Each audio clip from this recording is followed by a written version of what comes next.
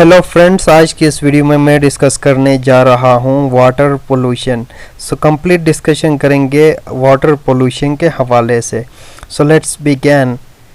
Water pollution का concept आपको पहले से ही होगा, right? No need of defining it, ठीक है। जो ह्यूमन एक्टिविटीज़ वाटर को पोल्यूट करते हैं, कोई इस तरह के केमिकल सब्सटेंस वाटर के अंदर ऐड करना जो कि हार्मफुल हो, ठीक है, उसको वाटर पोल्यूशन कहेंगे। या you can say that the contamination of the stream, rivers, like कोई भी वाटर बॉडी, ठीक है, with substances which are produce through human activities और इसका नेगेटिव इम्पैक्ट हो, उसको हम वाटर पोल्यूशन कहेंगे। And so it impact aquatic life, terrestrial organisms, environment पे भी इसके नेगेटिव इम्पैक्ट्स है। सरफेस वाटर पोल्यूशन को हम देख लेते हैं, ठीक है। It is the pollution of the surface water. कब होगी? When too much of the undesirable, या जिसको हार्मफुल सब्सटेंस कहे, वाटर बॉडीज़ के अंदर इंटर कर जाए और उसका नेगेटिव इम्पैक्ट्स हो, और नेगेटिव इम्पैक्ट्स हो उसको हम कहेंगे जी वाटर पोल्यूशन। अगर सरफेस वाटर पे हो तो surface water pollution. Types of sources देखते हैं कि वाटर पोल्यूशन के कौन कौन से सोर्सेज है, कहाँ कहाँ से वाटर पोल्यूशन काज होता है। इसको हम दो कैटेगरीज में डिवाइड करते हैं, पॉइंट सोर्सेज और non point sources. Point sources कौन से हो गए? पॉइंट सोर्सेज इस तरह के सोर्सेज जो कि मखसूस हो, पार्टिकुलर हो, डिस्टिंक्ट हो और कन्फाइंड हो, जैसा कि पाइप्स हो गए जी फ्रॉम इंडस्ट्रियल साइड से, जो कि डायरेक्टली, ठीक है, पाइप से वेस्ट डायरेक्टली इंटर हो वाटर बॉडी के अंदर, उसको पॉइंट सोर्स कहेंगे। और नॉन पॉइंट सोर्स किसे कहेंगे? जिसका कोई इसका ऑपोजिट, ठीक है, कोई डिस्टिंक्ट पार्टिकुलर एंड ना हो या सोर्स ना हो या कोई एंडिंग ना हो कि जिससे डायरेक्टली वाटर बॉडीज़ के अंदर पोल्यूट हो, rather it is indirectly pollute होता है।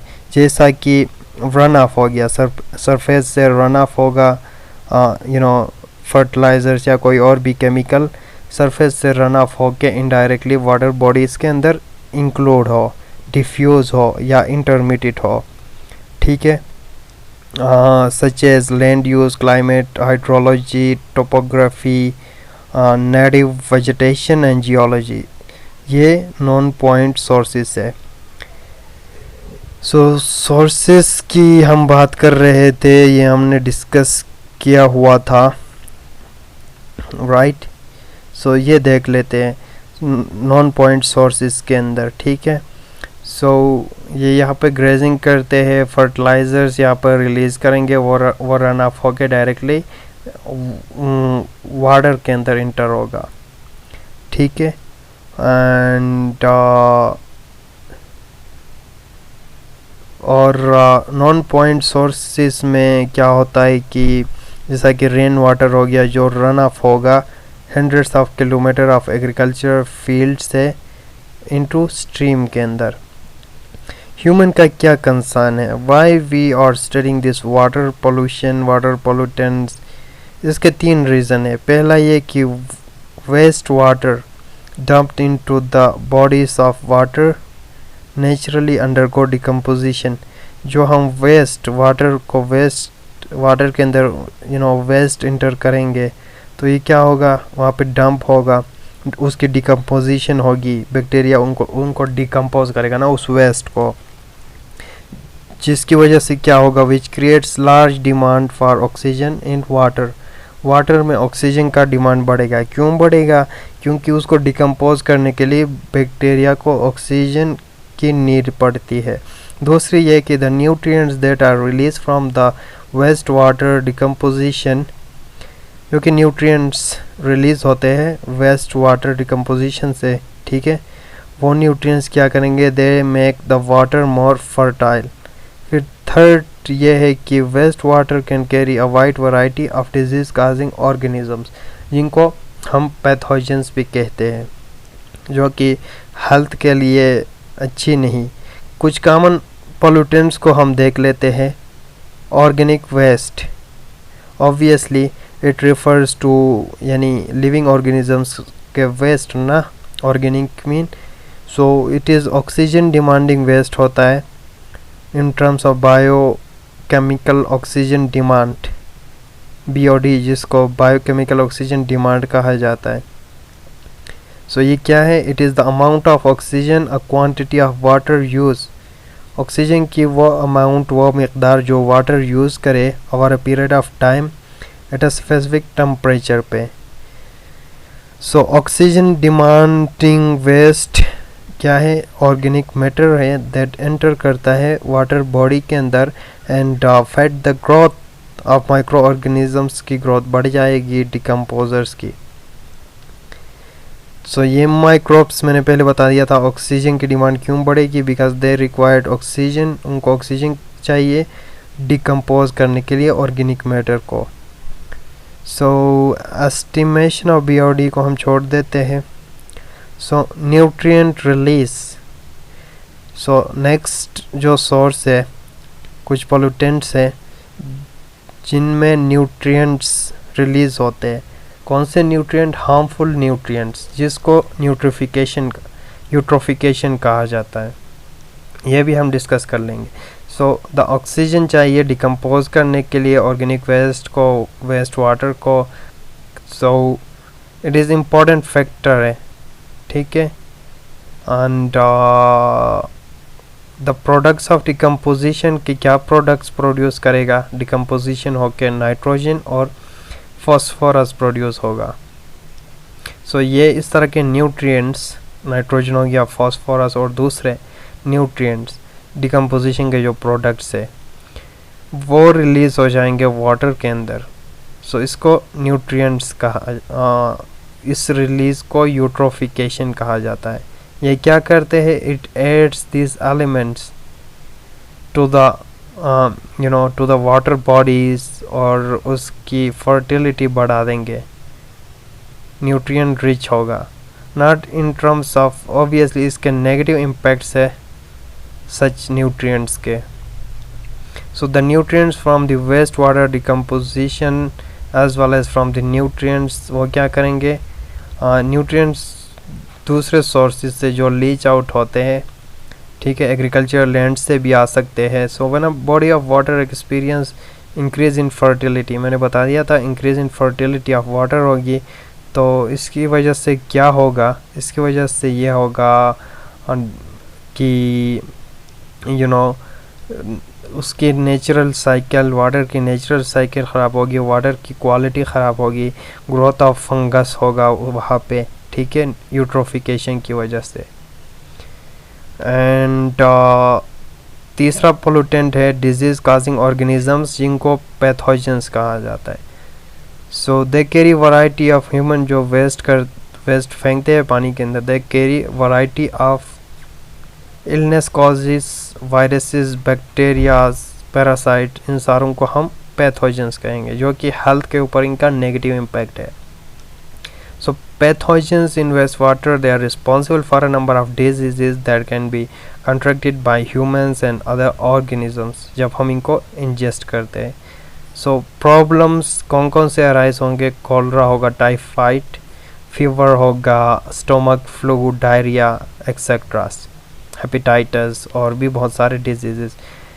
फिर नेक्स्ट पोल्यूटेंट आ जाता है जी ऑयल। ऑयल वाटर की क्वालिटी को किस तरह इफ़ेक्ट करता है? ऑयल डिस्चार्ज होता है जब शिपिंग में, ट्रेडिंग, तो बड़े बड़े शिप से ऑयल डिस्चार्ज होकर वाटर के अंदर इंटर होता है। As you know that oil water के अंदर डिज़ोल्व नहीं होता, ठीक है। सो मेजर पोल्यूटेंट है ये भी। Several large oil spills from the under water oil drilling have occurred in the recent years. So इसका मेरीन लाइफ के ऊपर नेगेटिव इम्पैक्ट है।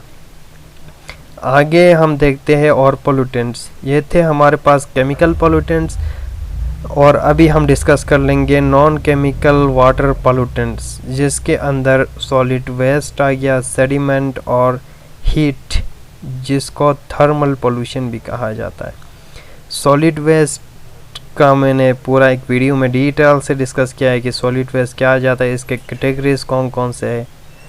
सो इसके अलग अलग कैटेगरीज है, paper, garbage, medical waste etcetera. So it consist of discarded materials from house hold या industrial से जो कि टॉक्सिक हो, हैजर्डियस हो, ठीक है, वाटर क्वालिटी को ख़राब करे। सो यहाँ पे एक पिक्चर दिखाया गया है कि सॉलिड वेस्ट पानी में डायरेक्टली डालते हैं, हाउ इट अफेक्ट सी, नज़र आ रहा है आपको। गार्बेज ने पूरा घेरा हुआ है, वाटर क्वालिटी पूरी ख़राब कर दी है, मेरीन लाइफ फिशेस मर गए हैं। एंड सेडिमेंट्स कौन से हो गए? It consist of the rock, mineral fragments जो कि जमा हो वाटर बॉडीज़ के अंदर, ठीक है, जिनकी साइज़ कितनी हो, ग्रेटर देन 2 मिलीमीटर, राइट। सो इनकी एक्युमुलेशन होगी, सो ऑब्वियसली केमिकल्स रिलीज़ होंगे और मेरीन लाइफ को इफ़ेक्ट करेगा। So by volume and mass sediment in our greatest water pollutant है, और ये इफ़ेक्ट करता है चॉक्स, सफोकेट करता है, चॉक करता है स्ट्रीम्स को, लेक्स को फिलअप करता है, ठीक है, ड्रेनेज डिचेस को, हार्बर्स को। So many human activities affect the pattern, amount and intensity of surface water run off, erosion and sedimentation. और लास्ट आ जाता है जी thermal pollution. So related to heat है ना। So thermal pollution non chemical वो है but it is harmful again. So it occurs, कब अकर होता है? When human activities cause substantial change in the temperature of water. Human activities जिसकी वजह से वाटर के टेम्परेचर में चेंजेस आए। कौन से ह्यूमन एक्टिविटीज़? सो थर्मल न्यूक्लियर प्लांट्स होंगे, वहाँ पे ये प्रोसेसेस अकर होंगे और वहाँ से जो हीट, जो वेस्ट हीट है उनको डायरेक्ट रिलीज़ किया जाता है वाटर के अंदर, ठीक है। सो जिससे वाटर का टेम्परेचर बढ़ेगा। एज यू नो दैट हर ऑर्गेनिजम्स की अपनी स्टेबल टेम्परेचर में बॉडी प्रॉपरली वर्क करती है, थर्मो रेगुलेशन बड़ा होगा। सो वो टेम्परेचर ऊपर नीचे हो जाए, फ्लक्चुएशन आ जाए उसमें, so it affect the organism को बैडली अफेक्ट करता है। सो थर्मल पोल्यूशन की वजह से वाटर की टेम्परेचर बढ़ेगी, हीट बढ़ेगा, so it which is unstable for many marine life. And solution इसका क्या है? सॉल्यूशन ये है कि हम कंस्ट्रक्ट करें कूलिंग टावर्स को, जहाँ पे पहले इस थर्मल हीट एनर्जी को कूल डाउन करे, फिर वाटर के अंदर रिलीज़ करे, तो इससे इफ़ेक्ट्स हम कम कर सकते हैं, ठीक है। And reducing surface water pollution को हम किस तरह कर सकते हैं? 3R प्रोसेस भी मैंने बता दिया था, रिड्यूस, रीयूज़, रिसाइकल। उसके अलावा रिड्यूस द सोर्सेज को हम रिड्यूस करें, to treat the water to remove pollutants, water treatment की जाए, पोल्यूटेंट्स को रिमूव किया जाए, रिडक्शन एट द सोर्स में उसको रिड्यूस किया जाए। So this is all about water pollution. Thank you.